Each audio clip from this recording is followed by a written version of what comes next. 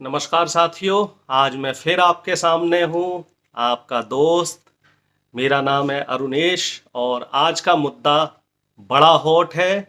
और बाकी तो आपको पता है साहब, सब डॉट डॉट है। मोदी जी की माया है, मोदी जी की कृपा है, जो कर दें सो कम है। तो आइए, ज़्यादा समय नहीं लेंगे, सीधा मुद्दे की बात करेंगे। आज का मुद्दा है स्मृति ईरानी जी का मौन और संबित पात्रा। जी हाँ, संबित पात्रा कहाँ हैं? किसी ने देखा है संबित पात्रा को?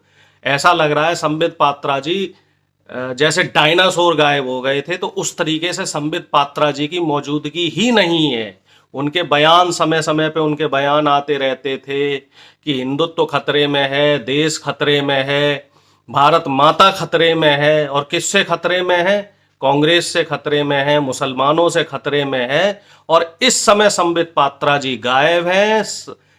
इतनी बड़ी त्रासदी चल रही है हमारे, अभी भी 13-14 हजार बच्चे वहां फंसे हुए हैं।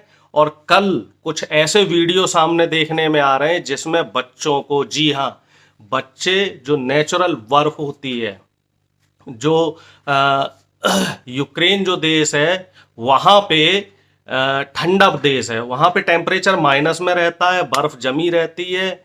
वहाँ बच्चे फंसे हुए हैं, तकरीबन 10 दिन से ज़्यादा हो गया, युद्ध चल रहा है, और बच्चे वहाँ पे बर्फ को पिघलाकर पीने पे मजबूर हैं। पानी की व्यवस्था नहीं है, खाने की व्यवस्था नहीं है, और बच्चों को वहाँ से बॉर्डर तक ले जाने की व्यवस्था नहीं है। ये है हमारी विदेश नीति, ये है हमारी कूटनीति, और ये है मोदी जी का विदेश में डंका, ये है मोदी मोदी जी की दूरदर्शिता, ये है भारतीय जनता पार्टी की दूरदर्शिता।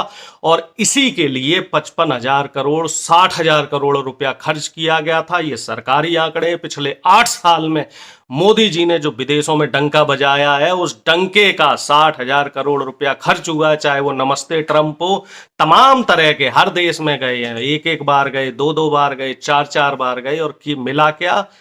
देख लिया है आपने। एक वीडियो इस तरीके का भी आ रहा है जिसमें रोमानिया का वो मेयर, और मेयर की हैसियत क्या होता है, एक जिले का मेयर होता है, और रोमानिया का मेयर हमारे केंद्रीय मंत्री जी ज्योतिरादित्य सिंधिया जी को धमकाता हुआ नजर आ रहा है। एक केंद्रीय मंत्री की, जबकि हमारा देश, बात की जाए तो यूक्रेन से और रोमानिया से और पोलैंड से हर लिहाज में सशक्त है। एक वो दौर हुआ करता था कि जब कांग्रेस की सरकार थी। देखिए, मैं कांग्रेस का प्रवक्ता नहीं हूं, लेकिन जहां देश की बात आएगी तो मैं अपना पक्ष मजबूती से रखूंगा। एक वो दौर था जब इंदिरा गांधी जी प्रधानमंत्री थी, राजीव गांधी जी प्रधानमंत्री थे, और यूएस जैसी इकोनॉमी का देश, जो सबसे सशक्त माना जाता रहा है, वो लोग, तमाम ऐसे वीडियो हैं, वो लोग प्रधानमंत्री जी, जो राजीव गांधी जी को अपने देश में रिसीव करने आते थे। और इंदिरा गांधी जी ने पोखरण का जो परीक्षण है, परमाणु परीक्षण, जिसके लिए भारतीय जनता पार्टी और तमाम जो बीजेपी आईटी सेल है वो ये कहता है कि ये परीक्षण अटल बिहारी वाजपेयी जी ने कराया नहीं, उसकी शुरुआत इंदिरा जी ने करी थी। और यूएस ने उस समय धमकी दे दी थी कि हम भारत पे अटैक करेंगे, लेकिन इंदिरा जी उस समय नहीं डरी। तो वो दौर था जब हम यूएस जैसी इकोनॉमी को भी, यूएस जैसे मजबूत देश को भी टक्कर देते थे। और अब हम रोमानिया, पोलैंड और यूक्रेन जैसे देश से अपने बच्चों को नहीं निकाल पा रहे हैं। कितने शर्म की बात है। और कहाँ है वो संबित पात्रा, गोबर पात्रा, कहाँ है वो कुपात्रा? कहाँ गायब हो गया है? अब उसे देश के बच्चे नहीं दिख रहे हैं, अब उसे देश का भविष्य नहीं दिख रहा है। अब उसे, अब नहीं वो सामने आएगा, ना ही स्मृति ईरानी जी अब सामने आएंगी। तमाम ऐसी वीडियो आ रहे हैं जिसमें वो बच्चियां जो वहां पे फंसी हैं, वो कह रही हैं कि पुलिस हमारे साथ बदतमीजी कर रही है, यूक्रेन की पुलिस हमारे साथ बदतमीजी कर रही है, बॉर्डर पे हमें मारा जा रहा है, पीटा जा रहा है। स्मृति ईरानी जी की विदेश नीति कहाँ है? कहाँ है स्मृति ईरानी जी? क्यों नहीं बोल रही हैं वो?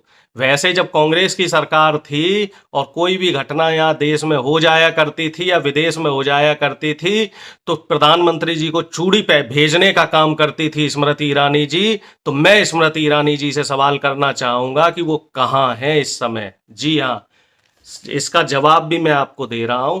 ये तमाम लोग इस समय चुनाव में व्यस्त हैं, क्योंकि इनके लिए सत्ता ही सर्वोपरि है। उत्तर प्रदेश के साथ साथ 5 राज्यों के चुनाव हो रहे हैं, जिसमें से उत्तर प्रदेश के एक फेज का चुनाव बचा है और मणिपुर में एक फेज का चुनाव बचा है। तो ये तमाम लोग इस समय देश को एक ताक पे रख के, देश की व्यवस्थाओं को एक ताक पे रखे, देश के बच्चों को एक ताक पे रख के सिर्फ चुनाव में व्यस्त हैं। वो खबर भी आप सब लोगों ने देखी होगी कि कैसे कुछ बच्चों को दिल्ली तक लाया गया और वो बच्चों से भारत माता की जय बुलवाई गई तो उन्होंने भारत माता की जय बोली, लेकिन जब उनसे प्रधानमंत्री मोदी जी की जय बुलवाई गई तो तमाम बच्चे चुप हो गए। तो ये साफ तौर पे बचा रहा है। बच्चे झूठ नहीं बोल सकते, उनके दिल की भावना उस तरीके की नहीं है। एक वीडियो तो ऐसा भी आ रहा है जिसमें जब वो दिल्ली एयरपोर्ट पे उतरे और जो ये तमाम मंत्रिमंडल जो बीजेपी का उनका स्वागत करने के लिए पहुंचा, उनको नमस्ते कर रहा है, तो बच्चे उनको रिस्पॉन्ड नहीं कर रहे हैं। और कुछ बच्चों को जबरदस्ती आप बनारस लेके आते हैं, उनकी नुमाइश करने का काम कर रहे हैं।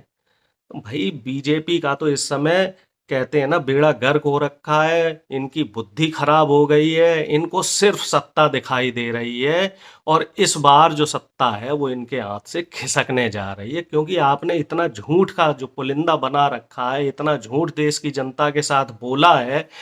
अब वो झूठ की जो आपकी परत है वो धीरे धीरे खुलती नजर आ रही है। चाहे स्मृति ईरानी हो, संबित पात्रा हो, ऐसे लोगों को अब देश की जनता पसंद नहीं कर रही है। संबित पात्रा तो पिछली बार भी चुनाव आ रहा था और स्मृति ईरानी जी जो अमेठी से हुंकार भरने का काम कर रही हैं, जो प्रियंका जी को आतंकवादी बताने का काम कर रही हैं कि आतंकवादी संगठनों से प्रियंका जी का नाता है, तो मैं स्मृति ईरानी जी को भी कहना चाह रहा हूं कि आपको जनता ने जनता की सेवा करने के लिए भेजा है, इस तरीके की छीटाकशी करने के लिए नहीं भेजा है। आप जनता की सेवा कीजिए, आप अपना काम ईमानदारी से कीजिए और अगर जरा सी भी आप लोगों में शर्म और लिहाज है तो जो बच्चे फंसे हुए हैं उन बच्चों को जल्दी से निकालिए और कृपया उन बच्चों की नुमाइश करना आप बंद कर दीजिए, क्योंकि पूरा देश देख रहा है, पूरी दुनिया देख रही, पूरी दुनिया में हमारी मीडिया की थू थू हो रही है।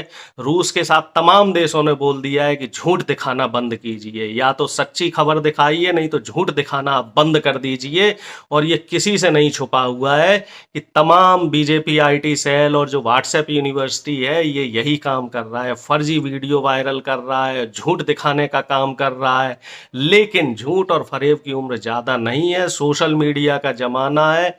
यूट्यूब, फेसबुक, व्हाट्सएप, ट्विटर के जरिए सब चीज़ें तमाम लोगों के पास सारी सच्चाइयाँ पहुँच रही हैं। किसान आंदोलन इसका जीवंत उदाहरण है कि कैसे किसान आंदोलन में छोटे छोटे यूट्यूब चैनल्स ने और सोशल मीडिया के माध्यम ने मेन स्ट्रीम मीडिया के मुंह पे तमाचा मारने का काम किया है और उनके झूठों का खुलासा करने का काम किया है। और यही काम इस बार होगा। तो मैं अपनी बातों को यहीं ख़त्म करूंगा, अपनी बात बहुत ज़्यादा ना रख के मैं आप लोगों के अपने चैनल के इस माध्यम से आप लोगों से निवेदन करना चाहूँगा कि इस सोई हुई सरकार को जगाएं और आखिरी फेज का जो चुनाव रह गया है इसमें वोट की चोट देकर इनको सबक सिखाने का काम करें, क्योंकि जब तक आप इन्हें सबक नहीं सिखाएंगे ये ना तो देश के लिए काम करेंगे ना देश की जनता के लिए काम करेंगे। ये लोग अभी सत्ता के नशे में मगरूर हो चुके हैं, सत्ता के नशा में चूर हो चुके हैं, इनका जो घमंड है वो पराकाष्ठा पे है। तो अगर मेरी बातें आपको पसंद आई हो तो इस वीडियो को लाइक करें, ज़्यादा से ज़्यादा शेयर करें, मेरे चैनल को सब्सक्राइब करना ना भूलें। बहुत बहुत धन्यवाद। भारत माता की जय। आपका